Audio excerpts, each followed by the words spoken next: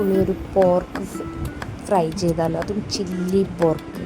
അപ്പോൾ ഞാൻ ഒരു 3 കിലോ പോർക്കാണ് എടുത്തിരിക്കുന്നത്. അത് നല്ല മഞ്ഞൾപ്പൊടിയും ഉപ്പും പെരിഞ്ചീരകവും കൂടി വേവിച്ചെടുത്തിട്ടുണ്ട്. അപ്പോൾ അത്യാവശ്യം വലിയ കഷ്ണങ്ങളായിട്ടാണ് ഞാൻ മുറിച്ചിട്ട് കുക്കറിൽ വേവിച്ചെടുത്തത്. ചെറിയ കഷ്ണങ്ങളാക്കിയാലും കുഴപ്പമില്ല. അതിന് ശേഷമാണ് ഞാനിവിടെ അരിഞ്ഞെടുത്തിരിക്കുന്നത്. അപ്പോൾ നമ്മുടെ ഇഷ്ടമുള്ള ഷേപ്പിനനുസരിച്ച് ഇഷ്ടമുള്ള വലുപ്പത്തിൽ നമുക്ക് അരിഞ്ഞെടുക്കാൻ പറ്റും. മറ്റേതാവുമ്പോൾ ചിലപ്പോൾ പീസൊക്കെ വേഗം ഉടഞ്ഞു പോകാൻ ചാൻസ് ഉണ്ട്. അതാണ് ഇങ്ങനെ ചെയ്തിരിക്കുന്നത്. പിന്നെ നമ്മൾ 3 കിലോനായതുകൊണ്ട് തന്നെ ഒരു 3 ടീസ്പൂൺ അരിപ്പൊടി എടുത്തിട്ടുണ്ട്.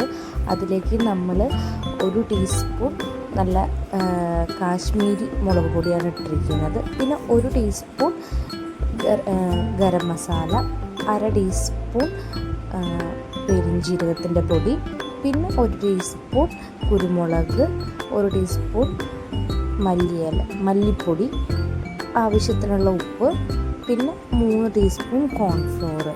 പിന്നെ നമ്മൾ 2 മുട്ടയാണ് പൊട്ടിച്ചൊഴിക്കുന്നത്. പിന്നെ ഇതിലേക്ക് നമ്മൾ ഒഴിക്കുന്നത് നല്ല പേസ്റ്റ് ആക്കിയിട്ടുള്ള ഒരു മിക്സാണ്. അതായത് ഇഞ്ചി, പച്ചമുളക്, വെളുത്തുള്ളി, പിന്നെ ക്യാരറ്റിൻ്റെ ഒരു കഷ്ണം, പിന്നെ ഒരു ബീട്രൂട്ടിൻ്റെ ഒരു കഷ്ണം. അങ്ങനെ ഈ സാധനങ്ങൾ മുഴുവനും മിക്സ് ചെയ്തിട്ട് അരച്ചിട്ടുള്ള ഒരു പേസ്റ്റാണ് അയച്ചിരിക്കുന്നത്. പിന്നെ എരിവ് പോരാൻ തോന്നിയപ്പോൾ 1 ടീസ്പൂൺ നല്ല എരിവുള്ള മുളക് പൊടിയും കൂടി ചേർത്തിട്ടുണ്ട്. അതിലേക്ക് ഞങ്ങൾ കുറച്ചായിട്ട് മിക്സ് ചെയ്ത് പോർക്ക് നന്നായിട്ട് തേച്ച് പിടിപ്പിച്ച് വെക്കുകയാണ് ചെയ്യുന്നത്. പിന്നെ ഒരു പ്രത്യേക കാര്യമുണ്ട്, ഇതിങ്ങനെ ചെയ്തതിന് ശേഷം ഒരു മിനിമം 1 മണിക്കൂറെങ്കിലും റെസ്റ്റ് ചെയ്യാൻ വെക്കണം. പിന്നെ കുറച്ച് കറിവേപ്പിലയും കൂടി നമ്മളിൽ ഇട്ടിട്ടുണ്ട്. അത് മിക്സ് ചെയ്യുകയാണെങ്കിൽ ഒന്നുകൂടി നന്നായിരിക്കും. പിന്നെ ഇതൊന്ന് റെസ്റ്റ് ചെയ്യാനായിട്ട് വെക്കുകയാണ് ചെയ്യുന്നത്. പിന്നെ നമ്മൾ വെളിച്ചെണ്ണ ചൂടാക്കാനായിട്ട് വെച്ചു. അതിലേക്ക് നമ്മൾ കുറച്ച് വേപ്പിലയും കൂടി ഇട്ടിട്ടുണ്ട്. അതൊന്നും മുരിഞ്ഞപ്പോൾ അതിലേക്ക് കുറച്ചായിട്ട് നമ്മൾ മിക്സ് ചെയ്ത് വെച്ചിരിക്കുന്ന പോർക്കിൻ്റെ പീസുകൾ ഇടുകയാണ്.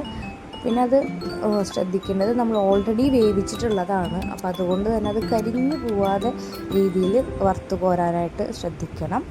അപ്പോൾ അതിൻ്റെ മോൾ ഭാഗമൊക്കെ ഒന്ന് മുരിഞ്ഞ് വരുന്നത് കാണുമ്പോൾ തന്നെ അതൊന്ന് കോരിയെടുക്കാം. അപ്പോൾ നമുക്ക് ആ പാത്രത്തിലേക്ക് ഇടുമ്പോൾ തന്നെ നമുക്ക് മനസ്സിലാവും അത് എത്രത്തോളം ക്രിസ്പിയാണ് എന്നുള്ളത്. കാരണം നല്ല അതിലിടുമ്പോൾ തന്നെ ആ കിരിക്കിരി എന്നുള്ള ശബ്ദങ്ങൾ കേൾക്കാനായിട്ട് പറ്റും.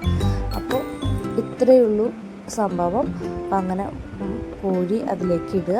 അതിനുശേഷം നല്ല ഗാർണിഷ് ചെയ്യാൻ വേണ്ടിയിട്ട് കുറച്ച് മല്ലിയിലയും പിന്നെ വറുത്ത് കോരി വെച്ചിരിക്കുന്ന കറിവേപ്പിലും കൂടി ഇട്ട് ഡെക്കറേറ്റ് ചെയ്യാവുന്നതാണ്. അപ്പോൾ പെട്ടെന്ന് ചെയ്യാൻ പറ്റും, നല്ല എളുപ്പമാണ്. ഒന്ന് ട്രൈ ചെയ്ത് നോക്കും.